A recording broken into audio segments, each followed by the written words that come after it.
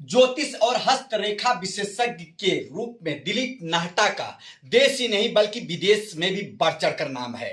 दिलीप नाहटा शख्सियत के ऐसे धनी, अगर एक बार किसी की हाथ की रेखा को ध्यान से देख लें तो बता सकते हैं कि उसका भविष्य किस तरह से होगा। सौभाग्य से आज हम उनके गृह नगर ब्यावर में हैं और यहीं से दिलीप नाहटा ने ज्योतिष की दुनिया में अपना पहला कदम बढ़ाया था और आज यही शहर उन्हें सराखों पर बैठाकर आए दिन सम्मान दे रहा है। क्या है दिलीप नाहटा की इस कामयाबी का राज? आइए हम उनकी जुबानी जानते हैं। दिलीप जी, बहुत साल बाद हम लोग मिले हैं, शायद 2009 की बात है, जब आप सिलवासा में रहते थे और सिलवासा में ही भविष्यवाणियां करते थे। तब आपकी प्रतिभा को बहुत ही कम लोग मानते थे, लेकिन आज आपकी प्रतिभा को विश्व का हर व्यक्ति ना कि सम्मान दे रहा है बल्कि आप तक पहुंचने के लिए ललायत बह रहे, क्योंकि आपने एक ऐसी मशीन बनाई है जिसमें हाथ डालते ही पूरा भविष्य खुलकर आंखों के सामने नजर आने लगता है। क्या है आपकी कामयाबी का राज? आप सब लोगों की पंडित जी शुभकामनाएं मिली है और एक जुनून जैसे आपके पास है, वो मुझे भी ज्योतिष में बढ़ चढ़कर जुनून मिला है करने का कुछ, तो वो जुनून ही मुझे कुछ बना पाया है। और इसके पीछे मेरा एक मानना है कि ये एस्ट्रोलॉजी विद्या किताबी ज्ञान से नहीं मिलती, गुरु के आशीर्वाद से ही ये सब संभव हो पाता है। तो मेरे इष्ट गुरु वस्तीमल जी महाराज साहब की कोई कृपा है, उन्हीं के आशीर्वाद से मैं ये सब काम कर पाया हूँ और एक मशीन बना पाया। जैसा कि मैंने अक्सर हेडलाइन में पढ़ा कि नाहटा ने बनाई दुनिया की पहली पोर्टेबल साइंटिफिक हस्तरेखा मशीन। उस मशीन की क्या है विशेषता? इस मशीन में एक इंसान साइंटिफिक तौर से उसको उत्तर दिया जाता है कि भाई उसके साथ में क्या घटना घटने वाली है, भविष्य को लेके भूत बताती है, वर्तमान बताती है और भविष्य में कौन सी उम्र में उसके क्या घटना घटित हो सकती है। जैसे मकान कब बनना है, उसके प्रॉपर्टी कब खरीदनी है, उसके कोई लॉस तो नहीं लगना है, या बिजनेस में कोई नया कार्य तो नहीं होना है, उसके कोई बीमारी तो नहीं है, या उसके परिवार में ऐसी घटनाएं मशीन दे रही है। और अगर ये बातें सत्य हो जाती है उसके जाके, तो उसको विश्वास जमता है एस्ट्रोलॉजी के प्रति।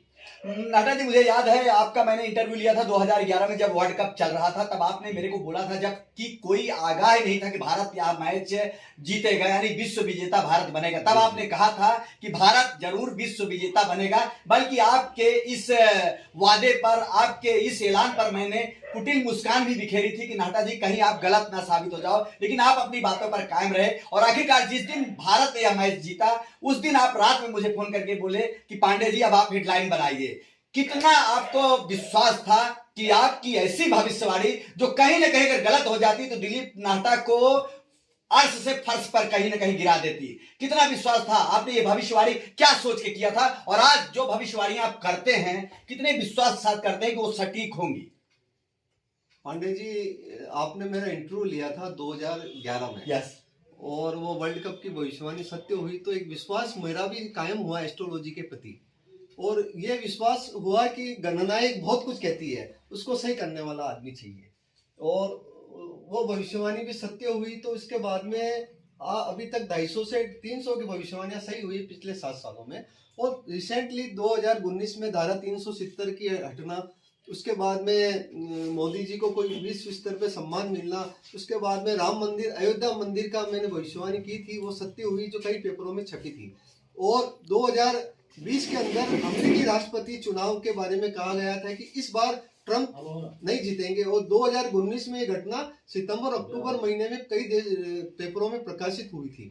और वो 1 साल के बाद ट्रंप का हार जाना, क्योंकि ट्रंप की कुंडली में द्वादश भाव में सूर्य की महादशा 2020 में आने वाली थी। उस समय ट्रंप के भाग्य मजबूत थे, लेकिन जब मैंने ये देखा तो लगा कि सूर्य द्वादश भाव में वो नुकसान पहुंचाएगा इनको 2020 में, और वाकई नुकसान पहुंचाया। वो सितारे बनते बनते फिर से रुक गए। तो ये एस्ट्रोलॉजी एक बहुत बड़ा ज्ञान है, इसको सही ढंग से किया जाए तो हम काफी कुछ लिख सकते हैं। अक्सर ज्योतिष और विज्ञान में द्वंद्व होता रहा है। विज्ञान वाले ज्योतिष को नहीं मानते, ज्योतिष विज्ञान को नहीं मानता। ये जो खाई है, ये जो लड़ाई है, ये सदियों से आ रही है। इस लड़ाई में किसका पलड़ा भारी नजर आता है आपके हिसाब से? सर, आप सही कह रहे हैं, विज्ञान का पलड़ा भारी है और हमेशा रहेगा, क्योंकि हमारे पास वो लोग सही ढंग से पहुंच नहीं पाते हैं। वो कई लोगों को, हजारों में से 950 लोगों को, 1000 में से 950 लोगों को मना कर देते, रिजेक्ट कर देते विज्ञान। आज मैं चैलेंज करता हूं कि मेरी इस मशीन के सामने पूरी देश के वैज्ञानिक बैठे और हजारों लोगों की परीक्षा ले, अगर 100 में से 75 लोगों को ये बातें सही बताते बिना पूछे, तो वैज्ञानिक भी ये माने कि ज्योतिष जगत का एक अनूठा उपयोग नाटा ने बनाया है और इसका सम्मान विश्व स्तर पे किया जाना चाहिए, जिसने परिभाषित किया है कि भारतीय ऋषि मुनियों की विद्या आर्यभट्ट, वरामीर, भृगु ऋषि, ऋषि पराशर, ऋषि अगस्त्य, महावीर, बुद्ध, राम, कृष्ण, हनुमान द्वारा दी गई विद्या सत्य है और उनका सम्मान किया जाना चाहिए। मतलब खगोल शास्त्र कहीं ना कहीं नंबर 1 पे था, नंबर 1 पर रहेगा। खगोल शास्त्र पर कोई अंगुली नहीं उठा सकता। बिल्कुल बिल्कुल पांडे जी, और ये साइंटिफिक प्रूफ देने को बैठा हूं मैं। देश का हर व्यक्ति मेरी परीक्षा ले सकता, आपके चैनल के थ्रू, आपके माध्यम के थ्रू, और बड़े लोग जो जज है देश के, पुलिस डिपार्टमेंट है, वो सबके सामने मेरी परीक्षा ले सकते हैं, हजारों को बिठा के।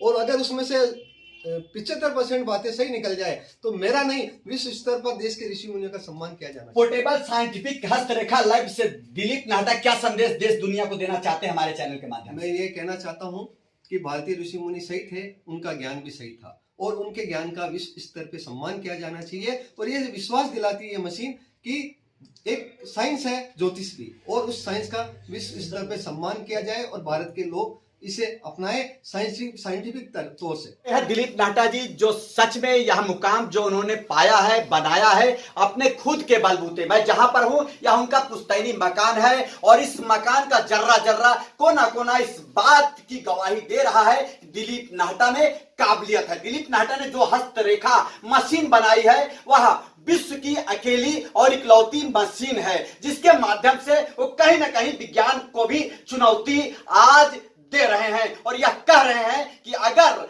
हस्तरेखा सही है, हस्तरेखा के जरिए वो आपको सटीक भविष्यवाणी देने की दमखम रखते हैं, तो विज्ञान भी आकर उनकी यहां पर परीक्षा ले।